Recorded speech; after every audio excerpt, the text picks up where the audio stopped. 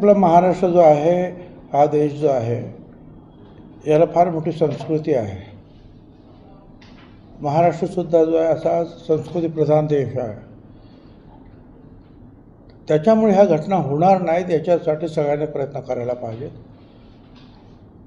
शासनाने करायला पाहिजे, पोलिसांनी करायला पाहिजे, सामाजिक कार्यकर्त्यांनी करायला पाहिजे आणि प्रत्येक माणसाने करायला पाहिजे. प्रत्येक माणूस जो आहे त्याच्या अंतःकरणामध्ये एक पोलीस दडलेला असतो.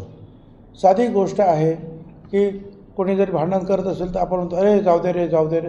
आपण काय पोलीस नाही, पण सांगतो की नाही. तसं एखादी वाईट गोष्ट जर घडत असेल तर ताबडतोब तिथली जवळची माणसं जे आहेत, आजकाल काय एक तर फोटो काढतात, नंतर निघून जातात. लोकांना जे आहे रस्त्यावर कोयत्याने मारलं जातं, फक्त व्हिडिओ करत बसतात, पण कोणी पुढे येऊन जे आहे वाचवण्याचा प्रयत्न करत नाही.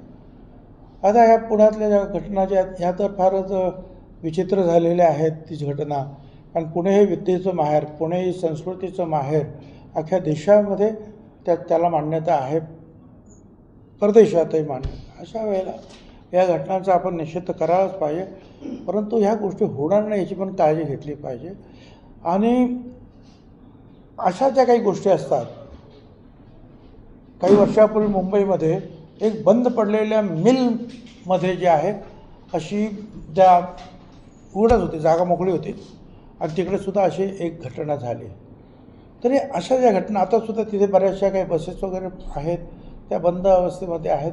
तिथे लाईटची व्यवस्था वगैरे केली पाहिजे, त्या नको असलेल्या बसेस ज्या काढल्या पाहिजेत आणि गार्डसुद्धा ठेवले पाहिजे. आपण आपलं ऑफिस आहे, आपलं घर आहे, आपली शाळा आहे, आपण गार्ड ठेवतो की नाही.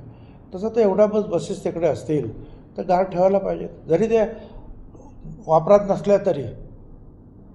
कारण तुझे गार्ड जर नसतील तर फार टायरपासून सगळं घेऊन जातील ना लोक.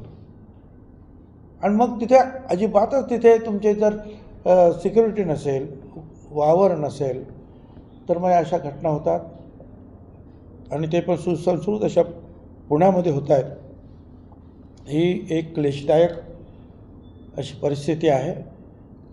मला वाटतं की पोलीस निश्चितपणे कडक कारवाई करतील,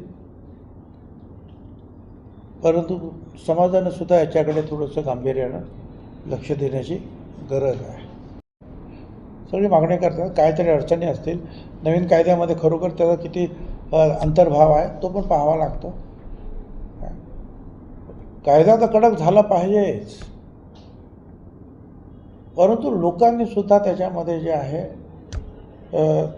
या अशा गोष्टींना जे आहे आपण सहज घेता कामा नये. वाचलं सोडून दिलं एवढं नाही. आपल्या समाजामध्ये जे आहे आपण या अशा गोष्टींना थारा देता कामा नये. आणि ज्या तऱ्हेने काही गोष्टी तिथे सापडल्या ते पाहता हे आज कित्येक महिन्यापासून कदाचित हे असे व्यवहार तिथे होत आहेत असं एकूण जे आहे मला लक्षात येतं आहे. त्या मोकळ्या बसेस आहेत, अंधार आहे, तिथे सिक्युरिटी नाही, मग काय हे असल्याचे घाणेरडे प्रकार तिथे होत आहेत. आणि कोणाच्याच लक्षात येत नाही असं थोडंच आहे. कोणाच्या तरी लक्षात आलं असेल, पण जाऊ द्या, आपल्याला काय करायचं हा जो विचार मनामध्ये येतो त्यातून जे आहेत ना हे असे वाईट प्रसंग होतात.